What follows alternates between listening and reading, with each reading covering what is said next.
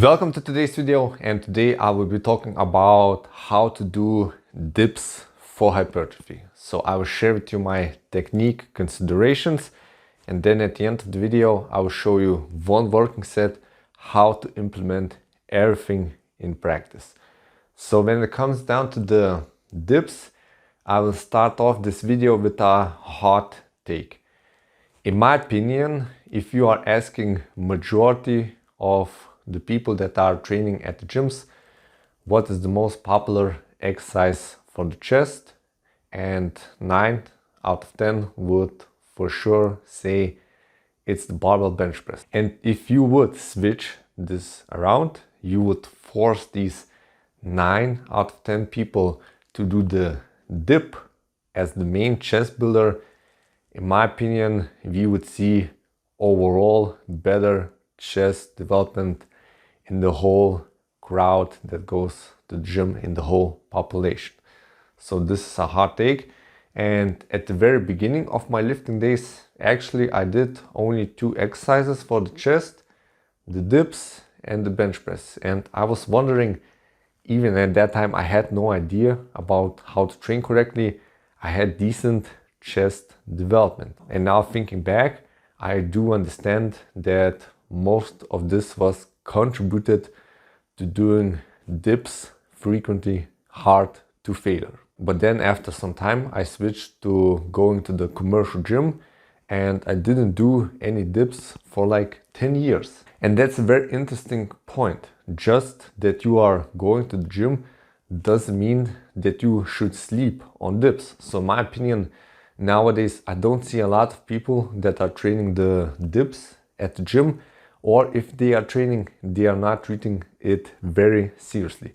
So the dip, in my opinion, is underrated and a little bit of a forgotten exercise. So now you see I'm training at home, and it's no excuse at all. You can have here a power tower, a dip station, so you can also do this movement at home. First of all, you will need to understand the muscles that are involved in the dip. So if you will be doing the dips, the main 3 muscles that will be working is your chest, shoulders and triceps.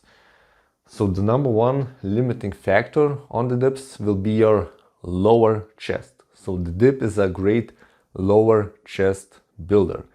After that, in my opinion, you will get decent development in the front delts, and the triceps is at the last position, so don't expect to get huge triceps from the dip. So in that sequencing, when I'm programming dips, I'm doing them for lower chest. That means if you want to build up your upper chest, you will need to do another movement for the chest. Of course, there are some people that don't agree with the dips. So they get, for example, pain in the elbow, pain in the shoulder, pain here in the sternum.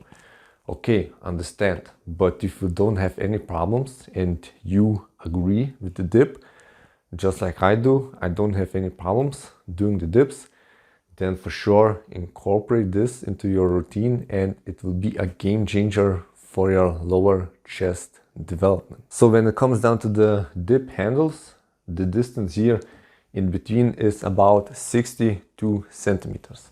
So this is a pretty comfortable width in my opinion. If it would be any wider than this, like 80 centimeters, then it becomes too wide and not that comfortable for me. And now we have to talk about the technique, how to do the dip, and our goal is to emphasize the lower chest. So we are not emphasizing the triceps here.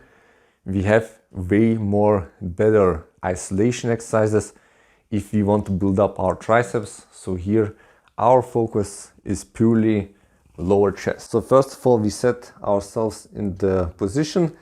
Now, when you will be holding here the handles, keep in mind your elbow position. So you don't want to have flared elbows. So I keep them tucked, a little bit tucked. And when you are hanging here, don't flare elbows, keep them tucked. And now your torso angle. So I don't want to maintain here a vertical torso. I want it to lean forward. So you maintain a forward lean here, and in that way you are emphasizing more the chest. So not a vertical torso, lean forward and maintain this lean forward position and keep the elbows tucked.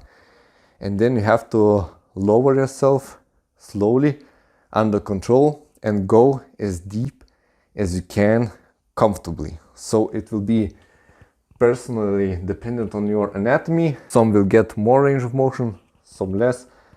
So just start and feel what is comfortable for you. So for me personally, this is the bottom position, as deep as I can go, and then do here slowly controlled dips, and you should be feeling that the main mover is your chest. So after you are done with one working set, you must feel here quite a significant pump in your lower chest.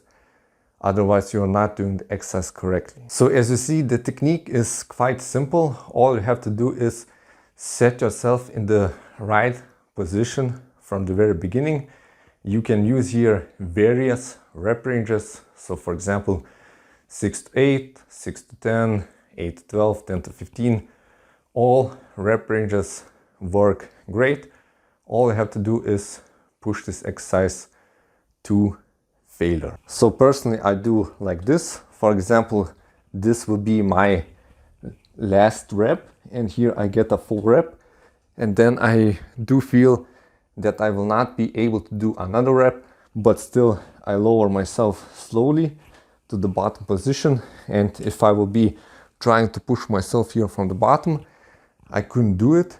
So that means failure was achieved in my book. Also, when you will be strong enough and you are doing here body weight dips, and you can do more like 12 or 15 dips, then add some additional resistance. For example, I'm using a weighted vest, or you can use also a belt with weights or a dumbbell between your legs.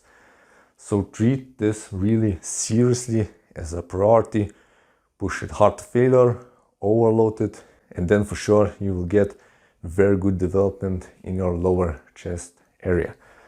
So enough of the talking. Here I will show you one working set, how to implement everything in practice.